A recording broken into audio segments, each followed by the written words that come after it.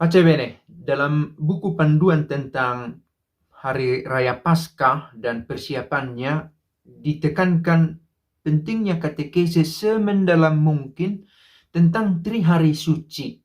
Maka saya mau mencoba menghadirkan itu sesuai dengan dokumen tentang perayaan Paskah dan persiapannya itu. Gereja merayakan misteri terbesar penebusan manusia setiap tahun pada Trihari yang berlangsung dari misa perjamuan malam terakhir pada Kamis Putih sampai dengan ibadat sore Minggu Paskah. Ini kalimat pertama dari penjelasan tentang Trihari Suci. Misteri terbesar tentang penebusan manusia setiap tahun ada. Kapan? Pada Trihari. Kapan mulai Trihari ini? Misa perjamuan malam terakhir sampai pada ibadat sore Minggu Paskah. Mungkin ada yang masih bingung, Trihari Suci itu kapan ya? Jumat Sabtu Minggu kah? Atau Kamis Jumat Sabtu? Tidak mungkin Kamis Jumat Sabtu Minggu karena 4 hari. Nah, penghitungannya diambil dari sore hari, diambil dari misa perjamuan malam terakhir. Dihitung dari sana. Kurun waktu ini selayaknya bernama Trihari Penyaliban. Bisa juga disebut begitu. Pemakaman dan kebangkitan Kristus.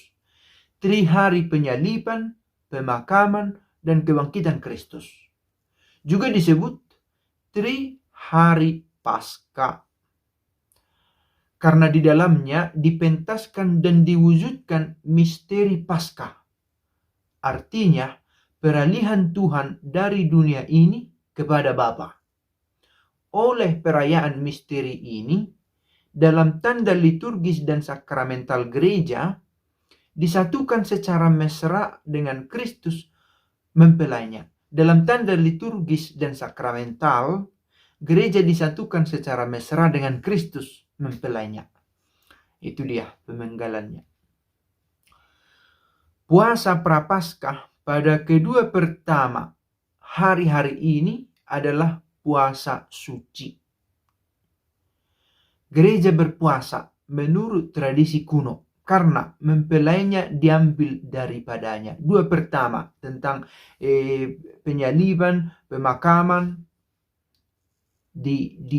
dilakukan puasa sebagaimana dalam masa Prapaskah dilakukan. Pada Jumat Agung, puasa dan pantang harus diadakan di mana-mana. Juga dianjurkan untuk meneruskannya pada Sabtu Paskah.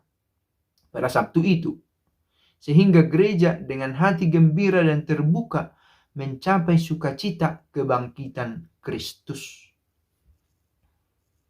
Pada Jumat Agung dan Sabtu Paskah, ibadat bacaan dan ibadat pagi hendaknya dirayakan terbuka bersama jemaat. Ini bagian dari ibadat harian. Uskup hendaknya bila mungkin mengambil bagian di dalamnya bersama klerus dan umat. Uskup dan klerus melakukannya dalam ibadat, tetapi bagian dari bersama umat ini yang sepertinya tidak umum dilakukan. Mengingat tidak biasa dalam ofisi, soal kebiasaan setempat ya, dan yang saya katakan ini pengalaman di mana saya berada dulu.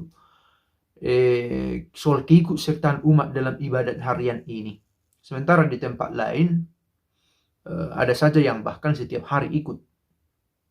Ibadat ini, ibadat harian secara istimewa pada masa Jumat Agung dan Sabtu Paskah ini, dulu disebut tenebrarum dari kata tenebre. Ibadat di masa gelap, begitu ya. Ibadat ini harus mendapat tempat yang pantas dalam kesalehan kaum beriman. Di dalamnya mereka hendaknya merenungkan dalam suasana doa, sengsara, wafat, dan pemakaman Tuhan, dan menantikan pewartaan kebangkitannya. Ditekankan lebih khusus lagi, memang selama 40 hari kita sudah berusaha memusatkan perhatian pada Prapaskah. Tetapi pada hari itu, Jumat Agung dan Sabtu Paskah, diberikan perhatian teristimewa lagi. Harus mendapat tempat yang pantas dalam kesalehan kaum beriman, dikatakan begitu. Untuk merayakan Trihari Paskah itu sepantasnya, diperlukan jumlah yang sesuai petugas dan putra altar yang harus diajar dengan tepat mengenai tugasnya. Tidak bisa ini dianggap sebagai kebiasaan semata, harus dipersiapkan sebagai kesempatan emas untuk penampilan. Ini bukan ajang untuk menunjukkan kemampuan, meski diharapkan mereka yang tampil itu karena latihan akhirnya mampu dan sanggup menjalankan tugasnya. Bukan sebagai sebuah hadiah, karena dia kali ini pulang kampung, kita beri, meskipun tiba sekitar jam, kecuali dilatih jauh-jauh hari sebelumnya, memang dipersiapkan. Itu dia, bukan hanya kesempatan yang dihadiahkan. Tetapi setiap orang harus mengenal tugasnya, tahu. Para gembala harus menerangkan kepada kaum beriman makna dan jalannya perayaan semendalam mungkin, dan mengantar mereka untuk mengambil bagian secara aktif dan rohani. Nah, saya pikir tidak selalu terbuka kemungkinan bertemu, katakanlah soal waktu umat juga, atau ada pekerjaan yang sebisa mungkin sebenarnya diluangkanlah waktu untuk Jumat Agung dan Sabtu Paskah ini. Teristimewa juga Trihari Paskah ini. Dan juga imam dengan pengakuan dosanya, dengan sakramen lain yang dilayangkan. Dalam situasi ini, kiranya salah satu cara dalam pewartaan di media sosial bisa juga dimanfaatkan untuk menjelaskan Trihari Paskah ini. Supaya jangan hanya mengulang yang sudah pernah, tetapi memaknai yang sedang dilakukan. Begitu. Pentingnya pemahaman untuk pemaknaan. Nyanyian umat, demikian pula nyanyian imam dan petugas lainnya dalam perayaan Pekan Suci, khususnya Trihari Suci, amat bermakna. Karena sesuai kemeriahan hari-hari ini, menyanyikan teks yang dengan demikian dapat mengembangkan seluruh maknanya. Penting bernyanyi. Tetapi harus diperhatikan, nanti kita bahas soal kesesuaian, soal tepatnya lagu yang dinyanyikan, dan tentu persiapan untuk itu. Tapi penting nyanyian umat. Konferensi wali gereja diminta, bila belum terjadi, kalau sudah ada diteruskan, untuk menyediakan lagu untuk bagian-bagian yang harus selalu dibawakan dengan lagu, yakni 2 permohonan pada Jumat Agung. Ini 2 permohonan yang meriah. Nyanyian pengangkatan dan penghormatan salib. Panondang ni Kristus. Itu juga di kampung saya. Ida mahau pilor silang, disido si palua jol maun, dipersilakon. Itu bahasa saya. Lalu aklamasi prosesi lilin Paskah dan Mada Paskah. Haleluya sesudah bacaan. Litani dan aklamasi pemberkatan air baptis. Ada nyanyian-nyanyian untuk itu yang kiranya sudah dipersiapkan oleh konferensi uskup, wali gereja, atau juga kebijakan keuskupan setempat, kearifan lokal diperhatikan yang mendukung liturgi. Yang sesuai dengan liturgi dan spiritualitasnya, begitulah. Teks liturgi nyanyian umat janganlah mudah diabaikan. Terjemahannya ke dalam bahasa umat harus disertai lagu.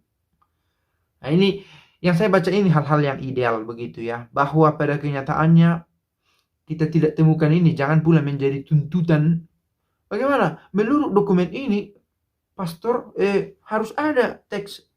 Jangan pula menjadi pada tataran itu kita berbicara. Kita mau melihat sesuatu yang baik dan benar. Dalam prakteknya itu tidak selalu ada, karena berbagai alasan.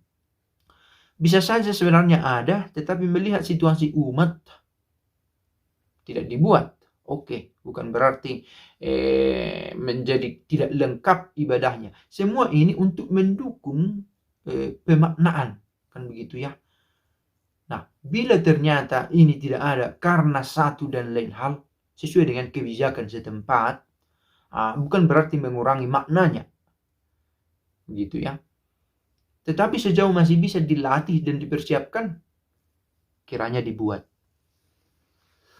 Nah, dan ini ditekankan juga hendaknya disediakan sejumlah nyanyian untuk perayaan ini yang hanya dipakai untuk perayaan ini, untuk menunjukkan keistimewaannya. Soal mazmur tanggapan, soal nyanyian prosesi, dan lain-lain. Pantaslah juga kisah sengsara, Mada Paskah, dan pemberkatan air baptis disertai lagu yang mempermudah menyanyikan teks-teks itu. Mempermudah. Kadang lagu menjadi sangat istimewa, sangat menarik secara ritmik, musikal, tetapi malah membuat eksklusif hanya kor yang menyanyi. Umat menjadi tidak berpartisipasi. Ini juga diperhatikan. Semua orang kiranya merasa terlibat. Merasa terlibat ini bukan demi perasaan umat, tetapi partisipasi aktif itu dipertimbangkan. Dalam gereja agak besar harus ditimbang juga dari kekayaan musik gereja lama dan baru. Dalam pada itu hendaknya selalu ada kesempatan partisipasi umat. Ini dikatakan. Dianjurkan agar komunitas biarawan, klerikal atau laikal, ini para suster, frater, bruder, yang agak kecil komunitasnya, demikian pula kaum awam, ada juga kelompok awam yang hidup bersama, mengambil bagian dalam perayaan Trihari Suci dalam gereja-gereja agak besar, bukan di biaranya sendiri, sebisa mungkin. Demikian pula di mana kurang peserta, putra altar atau penyanyi, perayaan Trihari Suci jangan diadakan. Untuk apa? Bukan untuk melarang umat beribadat, bukan. Untuk menegaskan betapa meriahnya acara ini. Inilah acara gereja, perayaan iman gereja. Apa gereja itu? Kumpulan. Itu dia. Trihari Suci jangan diadakan dan kaum beriman hendaknya bergabung pada jemaat yang lebih besar. Bila beberapa paroki kecil dipercayakan kepada satu imam, kaum beriman bila dapat hendaknya berhimpun dalam gereja agak besar dan merayakannya di sana. Oke. Bersatu sebisa mungkin ya. Sebisa mungkin. Jangan pula karena ada hanya 30, katakanlah hanya 30. 10 orang bisa pergi ke gereja lain, 20 orang karena tua, karena keterbatasan transportasi, karena terlalu muda, tidak bisa pergi, sehingga yang 10 pergi ke sana, yang 20 tidak ikut perayaan. Itu tidak pas juga. Maka pertimbangan yang bijaksana diperlukan untuk ini. Karena di sini tidak begitu diterangkan apa arti agak kecil ini. Sebenarnya maksudnya paling 3-5 orang, jangan menjadi sebuah perayaan sendiri. Sementara di paroki, di tempat, di gereja terdekat ada perayaan dilangsungkan. Nah, dan ini juga ditekankan untuk yang kecil begitu ya, untuk katakanlah kapel-kapel kecil. Ada juga kapel yang sangat besar, di sana layak dirayakan Trihari Paskah.